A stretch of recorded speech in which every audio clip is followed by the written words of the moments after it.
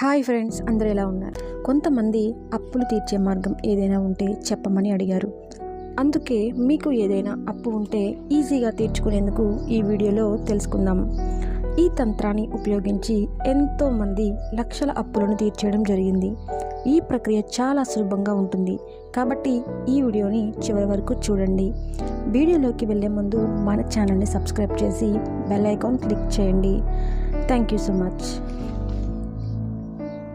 ముందుగా మీకు ఉన్న అప్పుల గురించి భయపడకండి. ఎందుకంటే అప్పుల గురించి భయపడితే అప్పుల గురించి భయపడ్డ రోజులన్నీ మిమ్మల్ని ధనవంతులుగా మార్చలేవు. కాబట్టి ముందుగా ధైర్యంగా ఉండండి. ఇప్పుడు మన చిట్టి తంత్రాన్ని తెలుసుకుందాం. మీ గుండెల మీద చేయి వేసుకొని ప్రతిరోజు ధైర్యంగా ఈ 2 పదాలను చెప్పండి. నన్ను నేను మంచిగా ఒప్పుకుంటున్నాను. నేను ఏదైనా ఎదుర్కోగలను.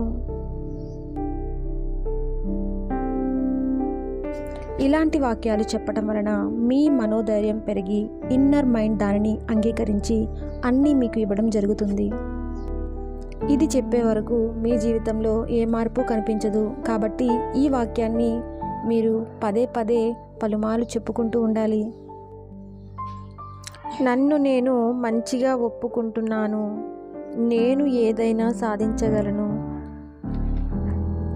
అని మీరు ప్రతిరోజు అనుకోండి. తర్వాత ఒక ఎల్లో పేపర్ తీసుకొని రెడ్ ఇంక్తో అప్పు ఇచ్చిన వారి పేరు, వాళ్ళు ఇచ్చిన అమౌంట్ రాయండి. మహా అయితే 10-15 మంది ఉన్న ఆ పేర్లు మొత్తం రాయండి.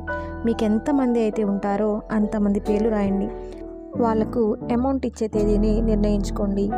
తర్వాత మీరు ఒక బ్లాక్ పెన్ తీసుకొని వారి డబ్బులు ఈ సమయానికి చెల్లించినందుకు ఆ విశ్వానికి కృతజ్ఞతలు అని చెప్పి బ్లాక్ ఇంక్తో ఆ అమౌంట్ని కొట్టివేయండి.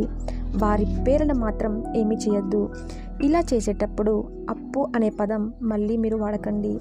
నిజంగా, ఎందుకంటే మీరు ఇలా అప్పు అనే పదం యూజ్ చేసినట్లయితే విశ్వం మళ్ళీ మీకు తిరిగి మరలా అప్పు చేసే అవకాశాన్ని కల్పిస్తుంది. కాబట్టి నిజంగా వారి డబ్బును తిరిగి ఇచ్చేటప్పుడు కలిగే ఆనందాన్ని అనుభవించండి. ఇలా మీరు చేసే ప్రతి పని మీ యొక్క ఇన్నర్ మైండ్ను ఒప్పించినప్పుడే మీరు అనుకున్నది సాధ్యమవుతుంది. ఇలా ప్రతిరోజు ప్రాక్టీస్ చేయండి, అనుభూతి పొందండి. ఇలా 40 రోజులు చేయండి. 40 రోజులు తీరేలోపలే ఎంతో కొంత అమౌంట్ తీర్చేస్తారు.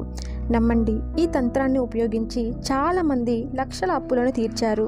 గుర్తుపెట్టుకోండి, మీరు రాసేటప్పుడు మళ్ళీ అవసరమైతే అడుగుతాను అని మాత్రం అనకండి. ఎందుకంటే అలా అడిగితే విశ్వం మీకు మళ్ళీ అడిగే ఛాన్స్ ఇప్పిస్తుంది. కాబట్టి దీనిని రెగ్యులర్గా ప్రాక్టీస్ చేయండి. ఫలితాన్ని ఈజీగా పొందండి. Thank you.